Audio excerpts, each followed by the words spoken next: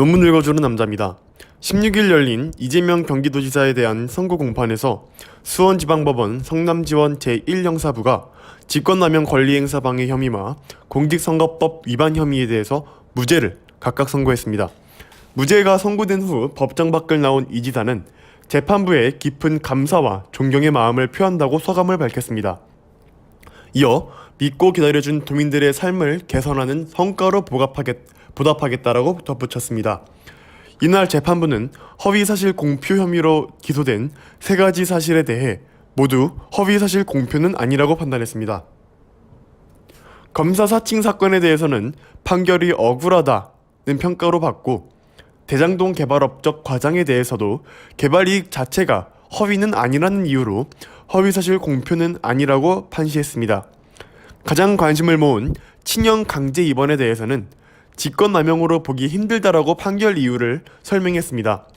친형 이재선 씨의 행동을 정신병 증상으로 여겼을 수 있고 강제 입원을 결정하기에도 상당한 이유가 있다라고 재판부는 판단했습니다. 따라서 친형에 대한 진단을 지시한 것은 직권남용으로는 평가하기는 어렵다라는 논리입니다. 아울러 그 과정에서도 직권남용 행사로 볼만한 자료도 없다라고 봤습니다. 강제 입원 사건을 재판부가 직권남용이 아니라고 봤기 때문에 친형 강제 입원에 대한 허위사실 공표도 자동적으로 무죄가 됐습니다. 앞서 지난달 4월 25일 결심 공판에서 검찰은 친형 강제 입원 시도에 적용된 직권남용 권리행사 방해 혐의에는 징역 1년 6개월, 친형 강제 입원 시도와 대장동 개발업적 과장 및 검사 사칭 의혹에 적용된 허위사실 유포에 의한 공직선거법 위반 혐의에는 벌금 600만 원을 각각 구형했었습니다.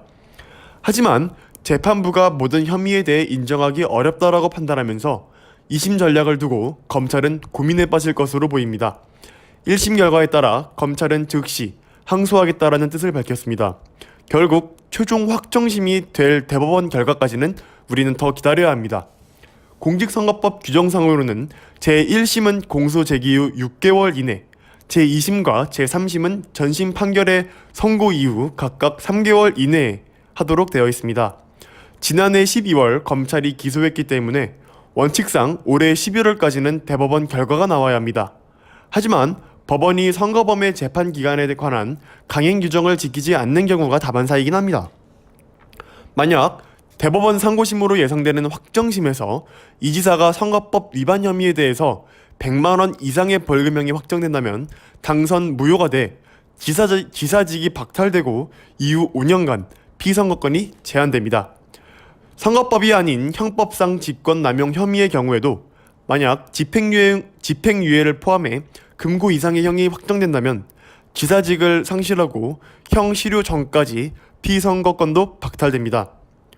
이것도 역시 빨리 진실이 밝혀져서 국민들을 그리고 도민들을 위한 정책이 하루빨리 더 많이 나오길 바라는 마음입니다.